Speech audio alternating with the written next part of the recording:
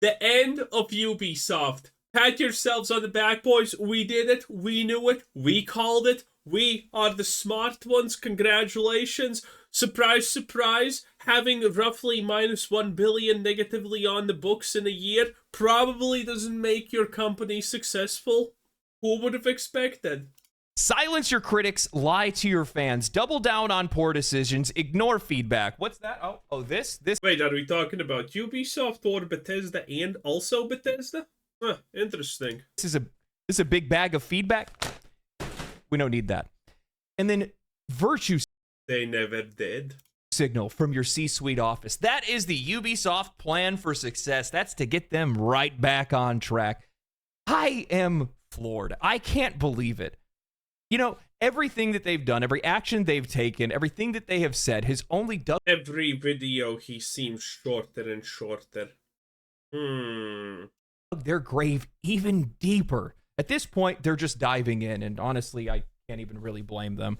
You know, I had hoped that after all of the bad press surrounding Ubisoft, with the failed launch of Star Wars Outlaws, them pushing back Assassin's Creed Shadows, that they would try to figure out ways to be able to trend in the right direction.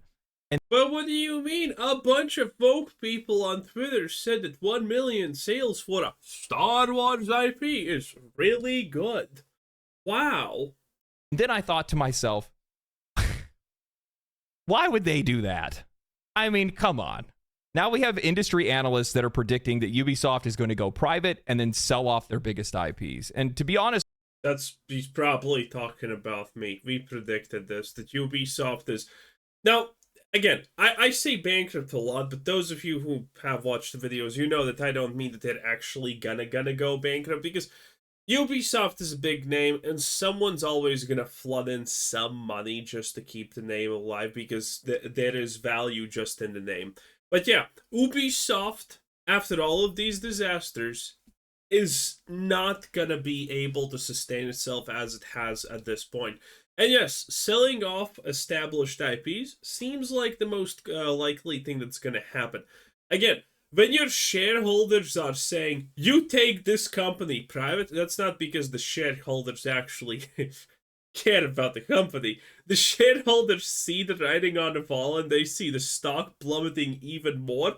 And so they just want that bump that they're gonna get from the company being forced to buy out their shares. That's what's happening. with you, they're probably not very far off. A lot has happened with Ubisoft since we last talked about them. And at this point, their graceless downfall has turned into nothing but pure cinema. Ubisoft, once a titan of the gaming industry, is now a cautionary tale of what happens when a company loses touch with its audience, its vision, and becomes so top-heavy that their only recourse is to squeeze their customers for all they're worth. This is a story that we have chronicled before, a company plagued by scandals, internal dysfunction, and creative stagnation. In my video, The Complete and Utter Collapse of Ubisoft, we retraced all of their obsessions with their annualized franchises like Assassin's Is this Rainbow Six Siege? Rainbow Six Siege has more trans operators at this point than actual operators. It's pure cinema. Creed, Rainbow Six, and Far Cry. Once they're crown jewels, now they're Achilles' heel. By recycling mechanics, churning out uninspired titles, becoming increasingly more predatory with their monetization, and refusing to innovate, Ubisoft alienated their once loyal player base that could no longer stomach mediocrity. But their problems weren't just creative, they were... This is false. This has nothing to do with not innovating. No one gives a shit about innovation most of the time. Most games that are successful have absolutely nothing, even remotely close to the word innovative, in their arsenal. Okay? People just want good games. We don't care if it's the same formula for the 50 billion time in a row. As long as it feels good, as long as it's fresh, people are gonna like it. That is the actual thing here, okay? No one's asking for any kind of random BS in innovation. Systemic. As I pointed out, in Ubisoft lost more than they're worth, the company has been hemorrhaging money, losing key developers and chasing trends instead of setting them. They gambled on live service games and large projects that nobody asked for, sinking resources into games like the long-delayed Skull and Bones, a game that has now become... Skull and Bones probably cost them like 300 million. An industry punchline They lost it all on Star Wars Outlaws. Star Wars Outlaws probably cost them at least 200 to 400 million. It's only selling 1 million copies and then further embarrassing themselves with a release on Steam. And they've closed the studio behind Prince of Persia cost them 200 million somehow. It's a 2D platformer, by the way. 2D platformer! 200 million! Prince of Persia: The Lost Crown, arguably the best game that they've had in recent times, just because they overcharged for it.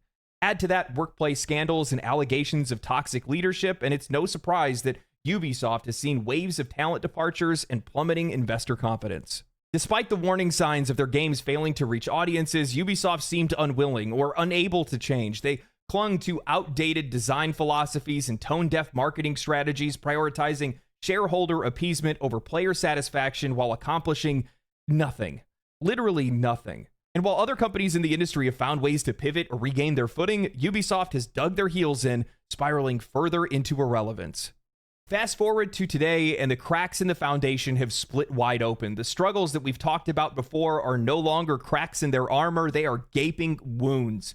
Just recently, Ubisoft announced the closure of 2 studios, another devastating blow to their workforce and morale, and Closure 2 studios? Who the hell were these 2 studios? Was one of them was something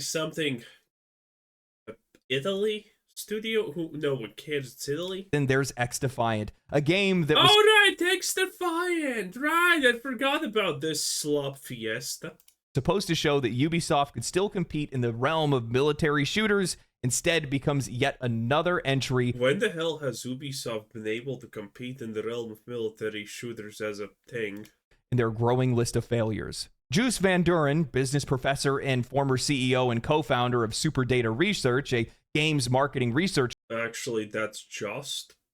You know, Juice is pretty cool, so I'll take it. company, is predicting that Ubisoft is headed for privatization and dismantling in 2025, saying, with the share prices plummeting from $28.19 to $12.30. And don't, bruh. Listen, I don't want to see it.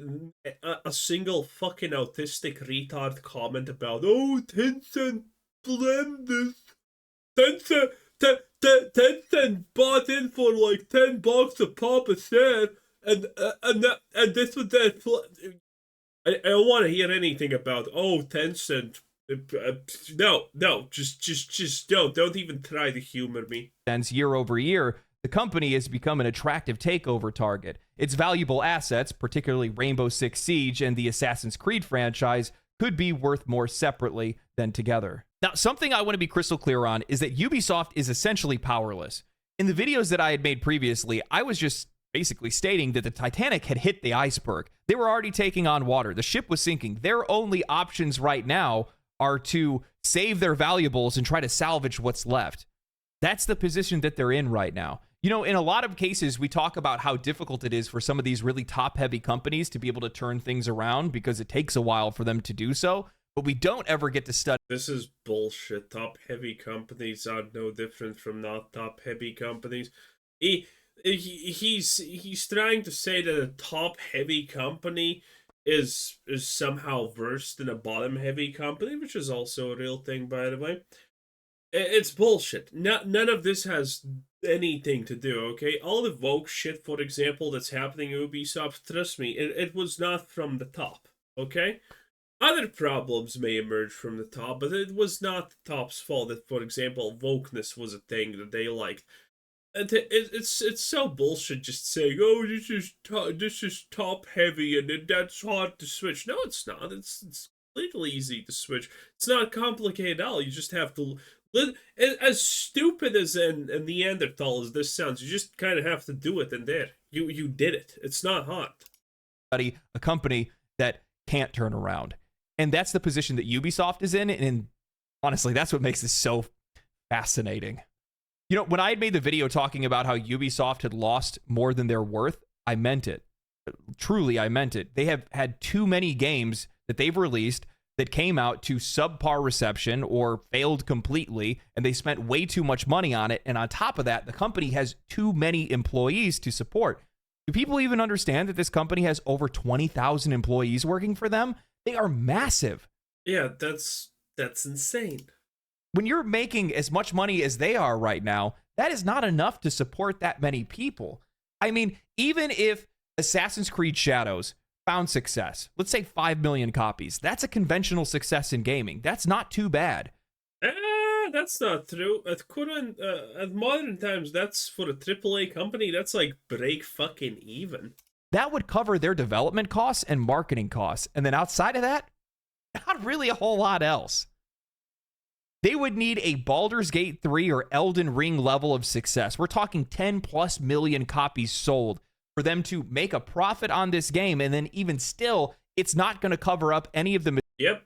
And currently, looking at the downfall of games sold Assassin's Creed-wise, Assassin's Creed Shadow, even if it had a spotless reputation, even if people were hyped for it, and keep in mind, currently, reality is completely the other way around, they would at most sell 3, maybe if super lucky, 4 million copies. If their reputation for Assassin's Creed was good, if people were hyped. Because that's currently, by judging by the numbers, the trend, the maximum amount of Assassin's Creed game could probably get. And that is not enough. Mistakes that they've made with their other games, with all of the money that they've invested into Skull and Bones or Star Wars Outlaws or anything else for that matter. And then keep in mind that their next games to release after this are much, much further down the road. We're talking years that they're going to have to survive on that money. Assassin's Creed Shadows is not going to sell that much. For Ubisoft to be able to patch the... Currently, maybe Assassin's Creed could sell 1 million. But Assassin's Creed is like by far more hated than anything else. It currently has the worst rep. Dragon Age Veilguard's rep, honestly, is a spotless, amazing, clean slate considering to how much people are hating on Assassin's Creed Shadows. And it's understandable.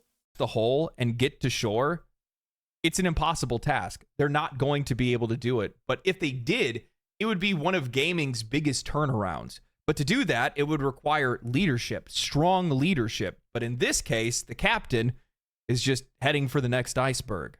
Following the bad press surrounding Ubisoft, the delay of Assassin's Creed Shadows, and the failed launch of Star Wars Outlaws, you would think that the company would try to remain low profile, not make any waves. Well, I think Ubisoft completely lost it the moment they said that gamers should get used to not owning their own games.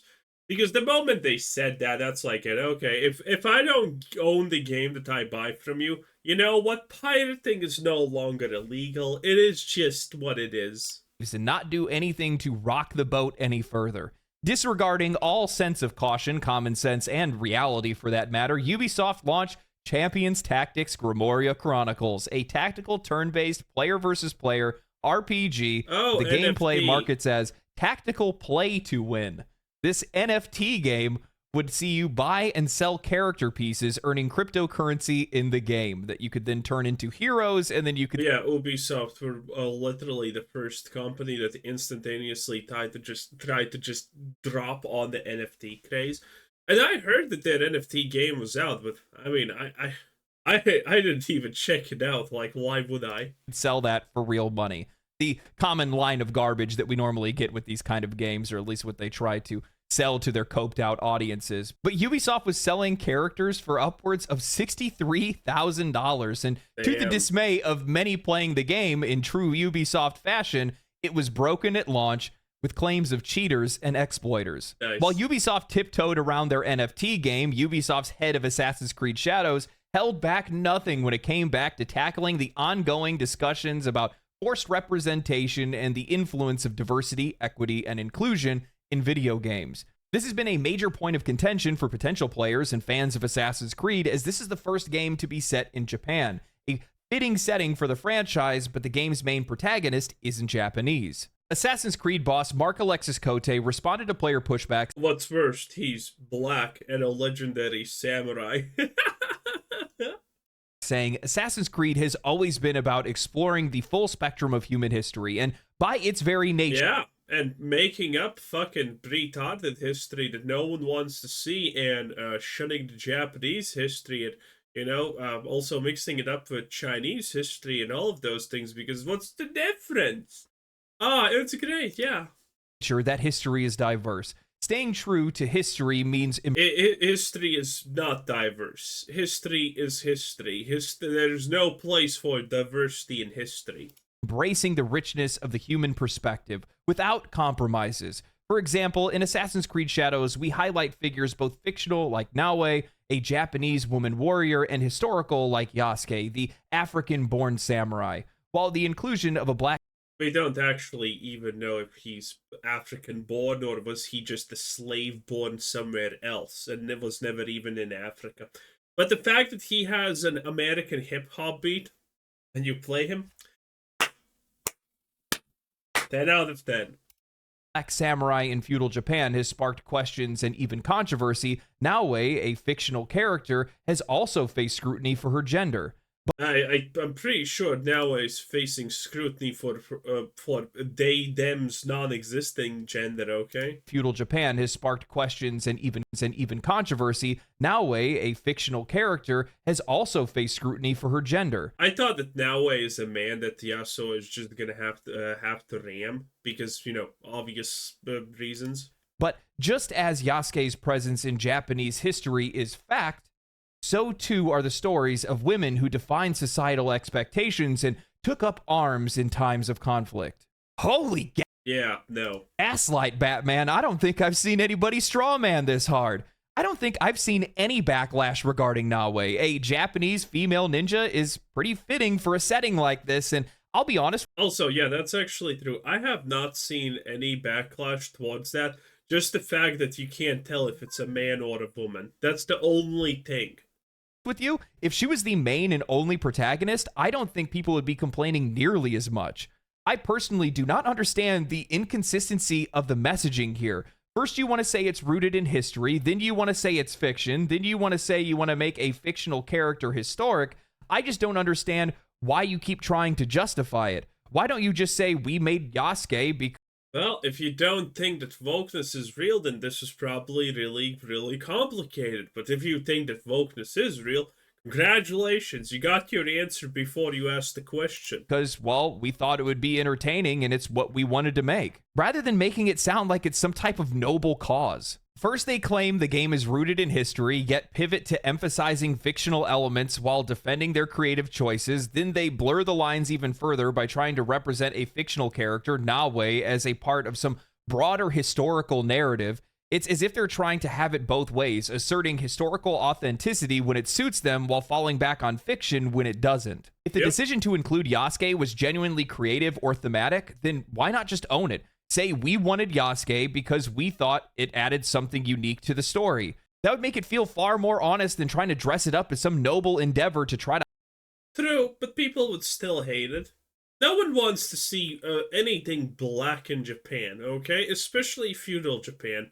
Or whatever period of Japan this is supposed... Well, it's Nobunaga, so yeah. highlight diversity. The over-justification doesn't reinforce the decision. It just makes it feel disingenuous, as though they're anticipating the backlash rather than simply standing for their creative vision. Kote would go on to further justify their actions, saying, "This echoes the selfless bravery of our Assassin's Creed protagonists. They fought for freedom, knowledge, and the right to chart their own paths, just as we do as creators." Listen, if we're talking about people who fought on Nobunaga's side, I'm pretty sure they're not actually fighting for freedom. Fight to tell stories that matter in a world that grows increasingly divided. As the authors of How Democracies Die so powerfully stated, democracies crumble when good people decide to stay silent. The same is true, I think, of our creative... Well, you see, that's a great thing to say, but the fact that these people don't understand that they're not the good people, that they are the evil people, that they are the people who are trying to ruin society, life, the world for everyone around them because they believe that they are just and righteous, that is the problem. These people are not good. They're evil, and the most malicious type of evil. Evil that does not recognize its own evilness.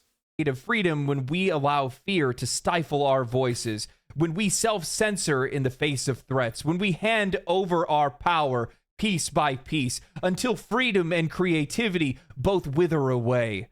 We cannot let that happen. It's time for us creators to stand firm in our commitment to our values by telling stories that inspire, that challenge, and help people to connect. Our How does any of this help people to connect? silence cannot become complicit. This man deserves an Emmy. I am dying here. Please help. Kote is suggesting that criticism or backlash is akin to self-censorship, implying that questioning their creative choices is the same as threatening their freedom to create. But criticism is not censorship. Players are pointing out inconsistencies, questioning decisions, and expressing dissatisfaction for a product that they're expected to pay for, and that's not an existential threat to your creative freedom. It's feedback. Treating critique as a form of oppression is not only disingenuous, but it's actively dismissing the audience's role in this process. The invocation of how democracies die is especially egregious. It conflates real-world political and social crisis with the act of creating entertainment products. It's appealing to authority using the weight of academic work. That's not true. This the how freedom fucking shit dies actually is how do I just say this simply? It's not only for politics, it literally applies to everything.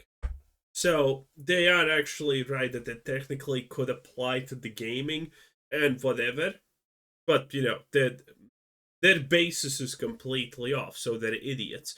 But yeah, it could apply to this. It's not just a political thing. To justify your inclusion of specific characters or narratives in a damn video game.